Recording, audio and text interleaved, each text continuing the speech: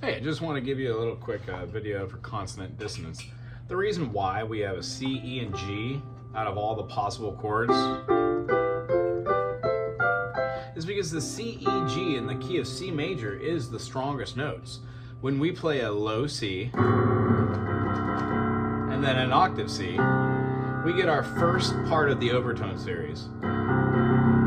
When we go up an octave and we play a G and then another C, up another octave and an E, all these notes resonate against each other, meaning the stable notes, C, E, and G, sound great to each other. All the other notes that are not C, E, and G in the key of C major, when you play them otherwise, creates a little bit of dissonance.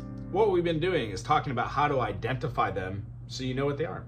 C to D is like C to D, so it's a 2. Well, 9 minus 2 is 7. So the other way back here must mean that this is a diminished seventh, and this is an augmented second. If we went from D to A, we would have a fifth of some sort, D, E, F, G, A. Well, if we take the same A and go back here, we realize that it's a fourth. 9 minus 5, these look like perfect to me because A is in the key of D, right? Right? So we say this is a perfect fifth. If we were to have the B flat or the A sharp, but we were to name it as a B, we would say D, E, F sharp, G, A, B.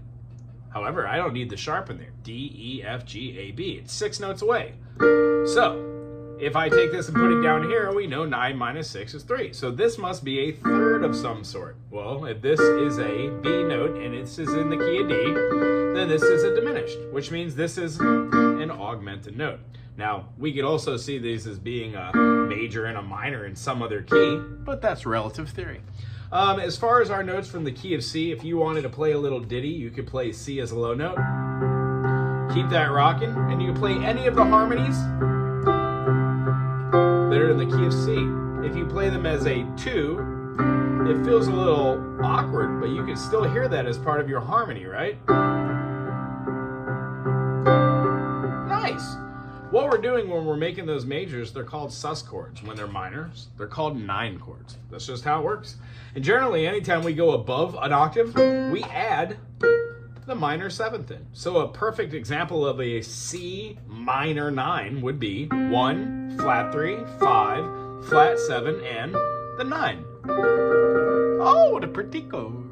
So what we're looking for when we're playing is just to have fun with the notes that are inside the key. And what I'd urge you to do is just to play with harmonies and then your pentatonic system. So if you'd like to, let's say, keep a C playing down here, use your pinky to make that pinky strong.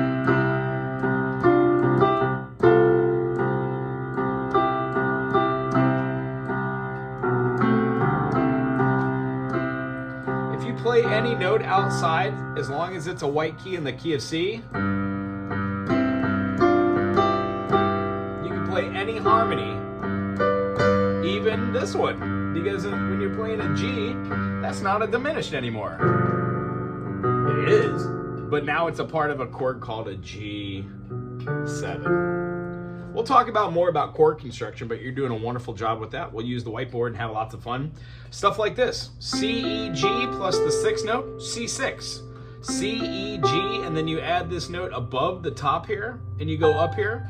It could be called a 13. You can also have the 7th in there, and you can call this a 13th chord. Long story short, we're going to learn how to build these and put a little bit of rhythm behind it so we can do stuff like...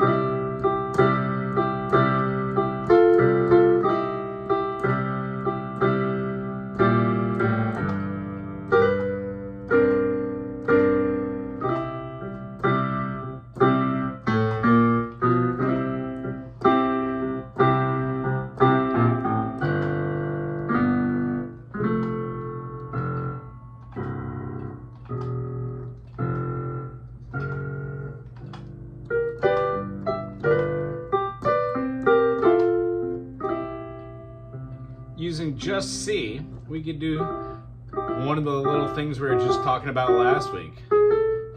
We slide off.